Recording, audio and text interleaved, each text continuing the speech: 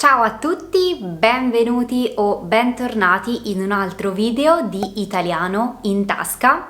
Io sono Alice ed oggi ci ricollegheremo alla lezione dello scorso martedì sui pronomi personali.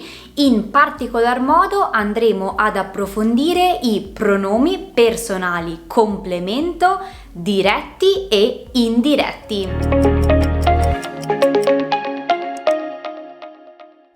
Vediamo quali sono le differenze e quali sono le regole che ci fanno capire quando utilizzare i pronomi complemento. I pronomi personali complemento che si scrivono dopo il verbo sono me, te, lui, lei, noi, voi, loro. I pronomi personali complemento che si scrivono prima del verbo sono mi, ti, si, lo, la, gli, le, ci, vi, si, li, le, loro. I pronomi personali complemento che rispondono alla domanda chi sono pronomi complemento diretto. Prendiamo per esempio la frase: il mio amico Luca ama me. Il mio amico Luca ama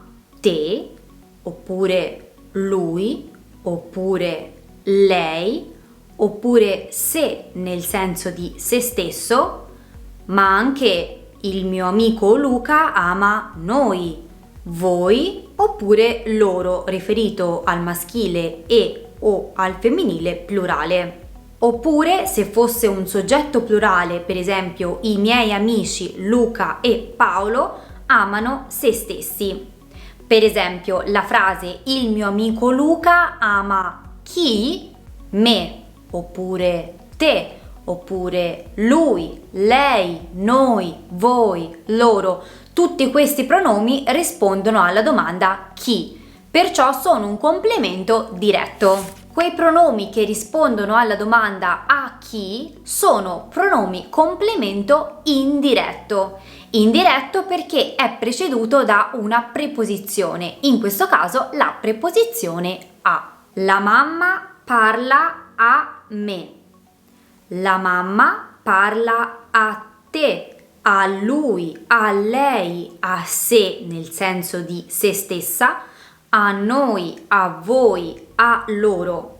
Il babbo e la mamma parlano a sé, a se stessi. La mamma parla a chi? A me.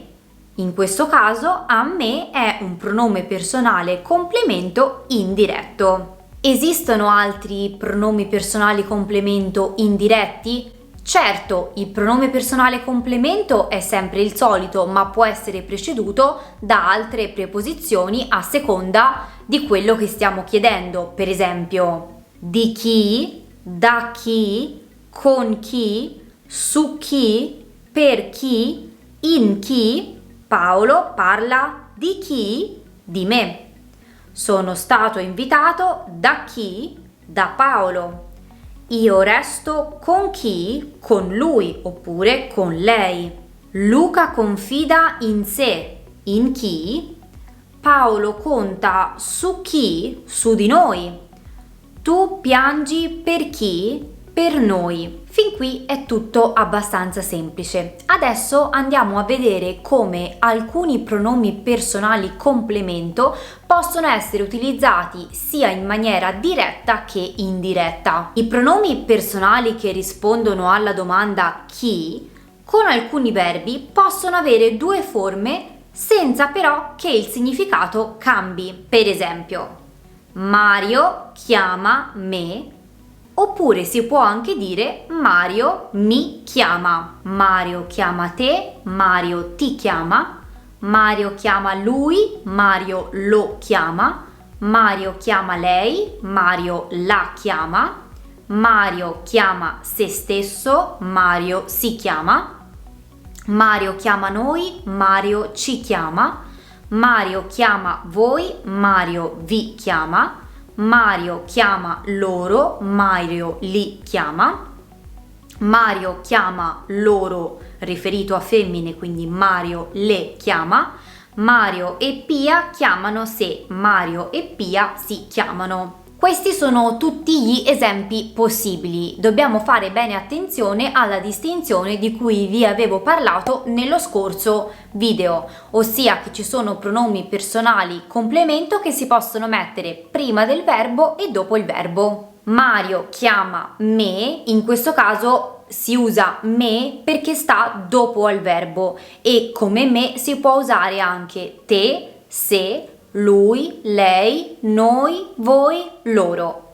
Se invece lo posizioniamo prima del verbo, per esempio nella frase Mario mi chiama, allora utilizzeremo mi, ti, si, lo, la, ci, vi, le, li, eccetera. Questo doppio modo di utilizzare i pronomi personali complemento può succedere anche quando rispondono alla domanda a chi. Per esempio, i pronomi personali che rispondono alla domanda a chi con alcuni verbi possono avere due forme diverse senza modificare il significato. Paolo parla a me, Paolo mi parla. Paolo parla a te, Paolo ti parla. Paolo parla a lui, Paolo gli parla. Paolo parla a lei, Paolo le parla. Paolo parla a sé, Paolo si parla. Paolo parla a noi, Paolo ci parla. Paolo parla a voi, Paolo vi parla. Paolo parla a loro, riferito a degli uomini, per esempio fratelli, Paolo parla loro. Paolo parla a loro, per esempio sorelle, Paolo parla loro.